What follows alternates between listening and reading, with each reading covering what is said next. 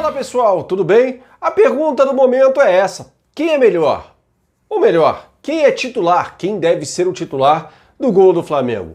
Hugo ou Diego Alves? Essa é a pergunta em intermináveis questionamentos e debates em programas de televisão, né? O tempo todo, e não há uma resposta conclusiva, simplesmente porque ela não existe. Cada um tem uma opinião sobre o tema, né? Fato é que o Hugo está muito bem, desde que assumiu provisoriamente até a condição de titular absoluto do Flamengo após aquela brilhante atuação no empate por 1-1 em São Paulo contra o Palmeiras, em que foi alçado naquela condição de goleiro, no caso, por extrema necessidade. Não havia quem colocasse, falar você, pronto, acabou. Ele deu conta do recado, fazendo 6 defesas naquela partida, dentre elas uma complicadíssima, né? Uma cabeçada a queima-roupa do Luiz Adriano, como manda o figurino para baixo, e ele fez uma defesaça.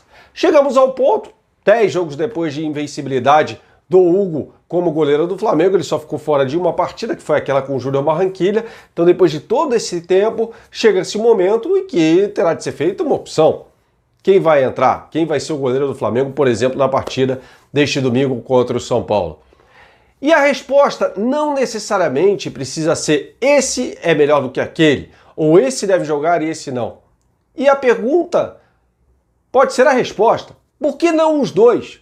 Isso já aconteceu na história do futebol, na campanha vitoriosa, por exemplo, do Barcelona em 2015, na UEFA Champions League, quando o Ter Stegen era o goleiro. E no Campeonato Espanhol, o goleiro era o Cláudio Bravo. No campeonato, na Liga, vencida pelo Barcelona também, Bravo, e nas Copas o Ter Stegen. Houve uma animosidade entre eles, até pelo estilo dos dois. Ninguém queria ceder espaço para o outro, então eles nunca se deram muito bem. Em 2016... aí o Cláudio Bravo é contratado pelo Manchester City, assim que o Guardiola chega, né? Por saber jogar bem com os pés, não foi bem. Hoje está no Betis, né? Ou seja, o nível dele caiu, né? Na carreira.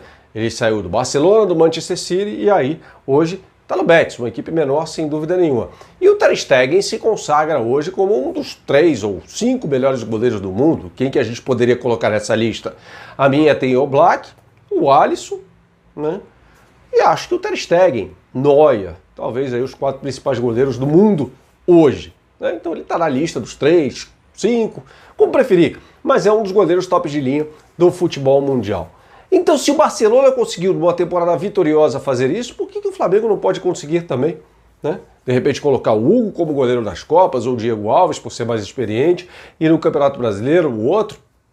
Isso deve ser perfeitamente possível, né? Ou então o Hugo pegar mais experiência, né, em jogando determinadas partidas, com o Diego o ajudando com a experiência dele, sem haver uma competição, né, necessariamente. Isso aconteceu, gente, não só no futebol, em outros esportes também. Na Fórmula 1, por exemplo, na ascensão de Felipe Massa na Ferrari em 2006, vencendo 2 corridas naquela temporada, e o grande amigo dele, mentor, era Michael Schumacher, né, que o ajudou nessa transição até o Felipe Massa brigar por título mundial de forma direta em 2008, até saindo de cena falar: não quero roubar o espaço do Felipe Massa na Ferrari. Ele abandona as pistas no final de 2006 e depois volta em outro momento da carreira com a Mercedes. Então é possível ter essa parceria, né? Um aprender com o outro, mais inexperiente aprender com... Embora, por vezes, o mais inexperiente seja até mais talentoso. Mas não existe uma resposta definitiva nesse momento, por mais que queiram fazer disso uma pauta recorrente. E até pegando alguns fatos que para mim são completamente irrelevantes, como a compra de um carro, me parece por 400 mil reais, né? Do Hugo, o dinheiro é dele, ele tem direito de fazer o que ele bem entenda, desde que não faça mal a terceiros. Não foi o caso, ele comprou um carro lá que ele achou legal e pronto, acabou, né? Deixa o cara, né? Assim, isso não deve virar pauta. A vida particular dele, a partir do momento em que ele não é prejudicial a outra pessoa, não é problema meu, né? Ou se ele se prejudique, por exemplo, não, ele foi lá e comprou um carro. Isso não tem que ser pauta.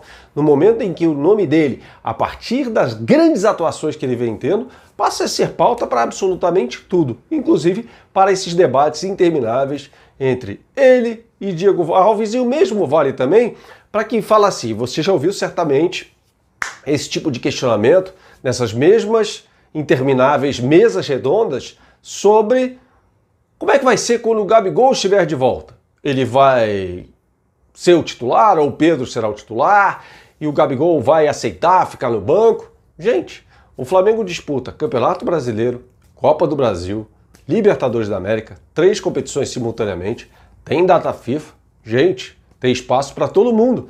Até por isso que o Flamengo contratou tanta gente da temporada passada para esta, né? Citando aqui Pedro, Pedro Rocha, Michael, Thiago Maia, Gustavo Henrique, Léo Pereira, o Isla depois da saída do Rafinha, muita gente contratada, né? Justamente para que houvesse um elenco mais farto para disputar essas competições simultaneamente. É óbvio que não se sabia do momento atípico de uma competição atrás da outra. O Flamengo até janeiro vai ter, se for avançando nas competições, jogos às quartas e aos domingos. Então vai precisar usar o elenco. Então não precisa ter essa pergunta, não precisa ver. Não, mas o Gabigol vai ficar de bico. Problema dele, numa boa, assim, ele não pode ficar de bico, até porque ele vai ter várias oportunidades para jogar, assim como o Pedro também. Haverá jogadores lesionados, haverá jogadores suspensos. Aliás, por várias vezes o Gabigol foi suspenso na temporada passada por conta de cartões amarelos bobos, e o Flamengo não teve reposição à altura dele. Portanto, me parece até bom definitivamente bom, né, que haja essas duas opções. E as pessoas tentam até de forma precipitada, né, plantar uma crise antecipada. Será que o Gabigol vai aceitar? Lembrem-se no jogo contra o Fortaleza, que ele sai reclamando. Eu fui apurar e não havia nenhum tipo de crise entre ele e o Domenech à época, né? Então tem jogo pra caramba, tem jogo pra todo mundo. Isso vale pros meios-campistas, isso vale pros atacantes, pros defensores, pros laterais e pra goleiro. Tem jogo pra todo mundo, né? O goleiro hoje, vale lembrar, porque muita gente fala assim, não, para goleiro ele fica paradão. Não, com a linha de defesa alta, o goleiro precisa fazer a cobertura da área até o meio campo, muitas vezes, né? Principalmente quando a equipe enfrenta um time muito reativo. Só para exemplificar o que são times reativos aqui, Sport, Goiás, acho que são os casos mais claros de times reativos que o Flamengo enfrentou recentemente. A linha defensiva, para construir jogadas, ela fica lá em cima. Logo fica um espaço muito grande. Se houver lançamento nas costas dos zagueiros, o goleiro precisa correr. Então o goleiro participa muito mais do jogo hoje, né? O jogo de posição, como a gente já falou por aqui, além de ser um jogo muito desgastante fisicamente, porque ele tem como característica a movimentação constante dos jogadores, é um jogo que esgota psicologicamente também, porque exige do jogador um raciocínio dele, né, uma tomada de decisão pessoal em que ele fala, peraí, eu vou para lá, eu vou para cá, como é que eu recebo essa bola, para quem eu já vou tocar, né?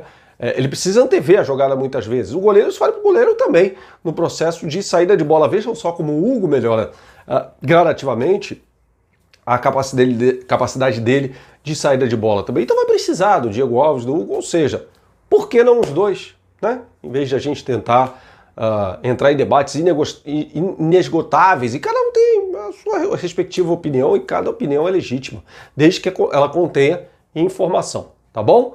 Valeu, pessoal, um abraço, até a próxima.